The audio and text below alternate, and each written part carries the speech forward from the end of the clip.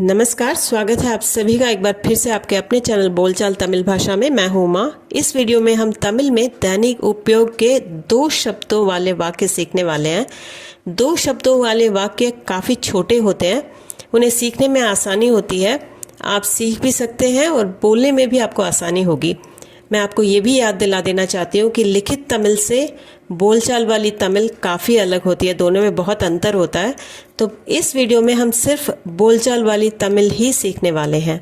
तो चलिए वीडियो शुरू करते हैं। आज का पहला वाक्य हम सीखने वाले हैं, मुझे भूख लगी है। इसे हम तमिल में कैसे कहेंगे? यनक पसिकिद।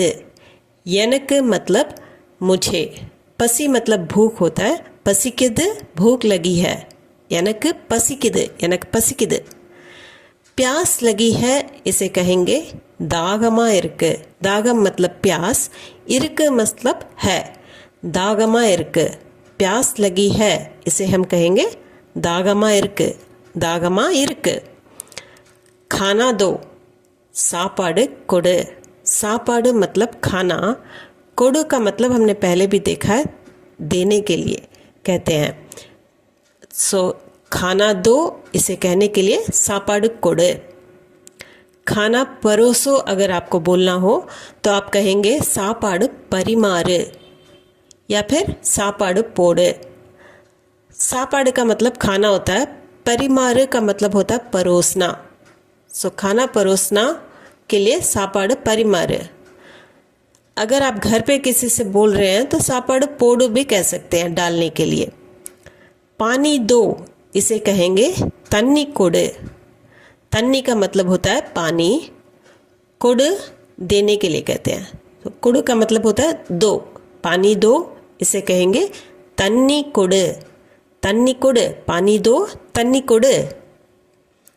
रोटी है, पूछ रहे हैं आप कि रोटी है। रोटी इरका। रोटी इरका का मतलब है होता है।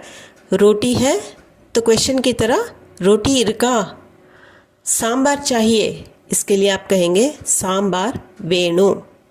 सांबार वैसे ही रहेगा क्योंकि डिश का नाम हम नहीं बदल सकते, चाहिए के लिए वेणु, सांबार वेणु। सांबार चाहिए, इसे कहेंगे सांबार वेणु।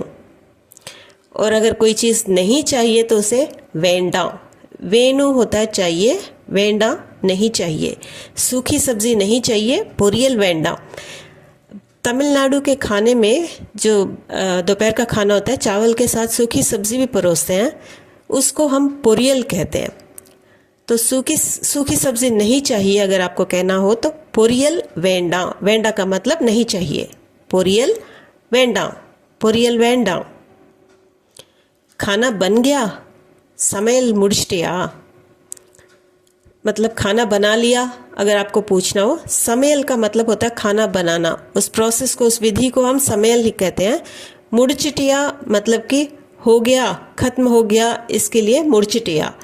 खाना बन गया, इसके लिए अगर आप पूछ रहे हैं तो समेल मुड़चिटिया, समेल मुड़चिटिया। फ़ोन बज रहा है, इसके लिए फ़ोन अडिकिद। फ़ोन का मतलब फ़ोन ही है, इंग्लिश वर्ड है। अडिकिद का मतलब कि बज रहा है, फ़ोन अडिकिद। इसका मतलब होगा फ़ोन बज रहा है, फ़ोन बज रहा है, फ़ोन अडिकिद, फ़ोन अडिकिद। फ़ोन उठाओ, अब बज रहा है तो उठाना पड़ेगा, उठाओ कहेंगे, उसे कहने के लिए फ़ोन येडे। फ़ोन वैसे ही रहेगा, इंग्लिश वर्ड, हिंदी में भी तमिल में भी। येड का मतलब उठाओ, फ़ोन उठाओ, फ़ोन एड। नीचे रखो, इसके लिए कीला वई। कीला मतलब नीचे, वई का मतलब रखो। कीला वई, नीचे रखो, कीला वई। वो बुला रहा है, अवन कूपिड्रान। अवन का मतलब वो होता, लड़के के लिए अवन। कूपिड्रान मतलब बुला रहा है। कूपिड्रत मतलब बुलाना, कूपिड्रान बुला रहा है, अवन कूपिड्रान। तुमने बुलाया, नी कूपटिया। नी तुमको कहते हैं, कूपटिया मतलब बुलाया। कूपिड्रत बुलाने के लिए कहते हैं, जैसे हमने पिछले सेंटेंस में देखा तुमने बुलाया अगर पूछना हो तो नी कूपटिया, नी कूपटिया। फ़ोन करो, फ़ोन पन्न, पन्न का मतलब करना होता है, ये पन्नू नहीं है, पन्न है, तो उच्चारण पे थोड़ा ध्यान दें। फ़ोन पन्न या फिर फ़ोन सही दोनों कह सकते हैं आप। जल्दी आओ के लिए सीक्रम वाह, सीक्रम मतलब जल्दी, वाह का मतलब आओ, सीक्रम वाह, जल्दी आओ, सीक्रम वाह। जल्दी जाओ अगर कहना हो तो सीक्रम पो, सीक्रम जल्दी को कहते हैं, पो का मतलब जाओ, जल्दी जाओ, सीक्रम पो। वहाँ देखो, अंग पार, अंग मतलब वहाँ, पार का मतलब देखो, पारो नहीं पार। वहाँ देखो, अंग पार, अंग पार। वहाँ देखो, अंग पार। यहाँ देखो के लिए कहेंगे इंग पर, वहाँ के लिए अंग, यहाँ के लिए इंग। यहाँ देखो इंग पार, इंग पार। देख कर आओ, पातटुवा, देखने के लिए पार होता है, आओ वा। अब दोनों को मिलाकर देख कर आओ कहना हो तो पातटुवा, देख कर आओ पातटुवा। ध्यान से देखो, गवनमा पार, गवनम मतलब होता है ध्यान, ध्यान से कहने के लिए गवनमा, देखो पार, ध्यान से देखो, गवनमा पार।